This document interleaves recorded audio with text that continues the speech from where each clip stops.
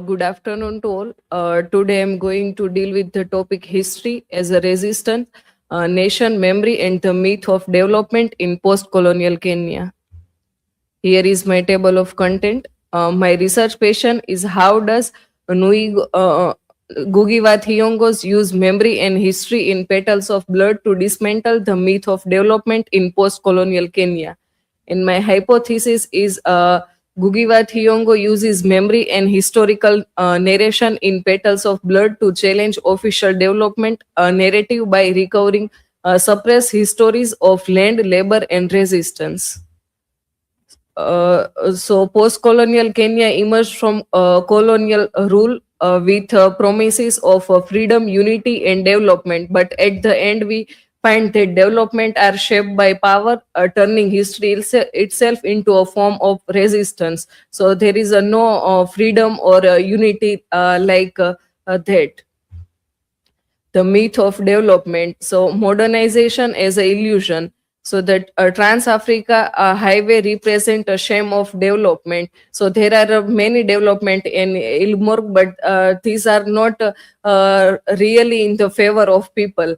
Then economic subjugation. So development in Elmorg is a extraverted process where a local resource are extracted for a national bourgeoisie that act as an agent for foreign interest. And the commodity trap, the transformation of the spiritual Thengeta drink into a mass production. So it represent poison when traditional drink become capital control. Memory versus amnesia. So the politics of forgetting. The post-independent state utilize a forgive and forget ideology to consolidate power and silence radial land reform demands. The body is an archive. So character like Abdullah, whose crippled leg is a testament to the Mau Mau struggle, and it represents the physical counter memory. So when we look at the character of Abdullah, we don't find any a good memory or a good position of Ilmorg. Next is a historical continuity. So Gugi reject the colonial denial of African history, insists that the struggle of the past is the key to the future. Then the four protagonists and their perspective on history. So for Munira, history is not a story of progress but a record of human helplessness where only the faith in God offer meaning and refuge. Then we come to the Abdullah. So as I mentioned earlier, that Mau Mau movement is not signified the good past of Ilmorg. Then Vanja is a national allegory whose body is a commodify mirroring the prostitution of Kenya's resource to neo-colonialist. And last is Karega, the revolutionary student who adopt a Marxist-Leninist lens to view history as a weapon for the working class. So this how these four protagonists see the history and uh, um, show different meaning. History as a dialectic struggle. So here we find class conflict. That two classes are there. The novel identify a class-based history pitting the producer, it means a peasant, against the parasites, the elite. So here we find two class, the two Kenyas. So the Gugi illustrate the conflict between the history of subaltern and history of colonialism. So at one time the subaltern, many people represent as a subaltern, and many colonizer rule over the subaltern. And a linear versus a spiral. So history is not a straight line of progress but a spiral of struggle where each turn require a new awakening. Petals of blood is a metaphor. So symbolic of decay. The hope of the nation for better standard of living after independence is unfulfilled. So we find that three capitalists come in the Ilmorg and they try to change Ilmorg, but not in a positive way. So we find the spiritual death of old Ilmorg, that old Ilmorg die, and emergence of new Ilmorg. The cost of progress. Petals of blood refer to the blood of the worker shed to build the highway and braveries of the elite. Then the three stages of Kenyan history. First is pre-colonial dwelling, colonial rapture, and neo-colonialism. The myth of national bourgeoisie. So as I mentioned, there is a two part, that bourgeoisie and peasant.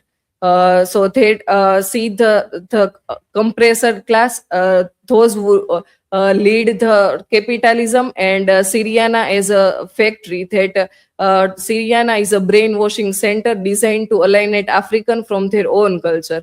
And Gugiwa Thiongo state that Africa need a capital and investment for a real growth, not a socialist slogan. Gender, memory, and nation. So Vanja is a major character for it. Vanja represents the nation itself, abuse, comedify it, posing a revolutionary potential that can only be realized through a return to communal roots. In conclusion, post-colonial Kenyan discourse revealed that history is not a neutral record but a constant space shaped by power, and also it affected by many factors like neo-colonial form and literature, various theory, etc. So here is my resources, and now you are free to ask question.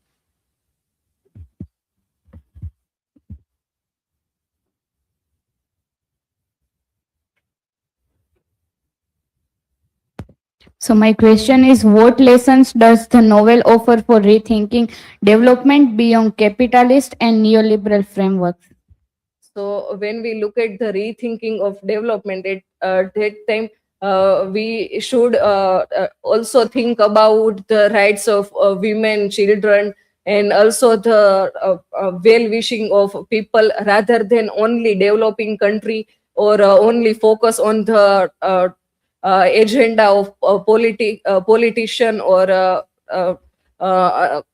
other elite people. So rethinking development means to think about well-being of people and social rights and women's rights, etc.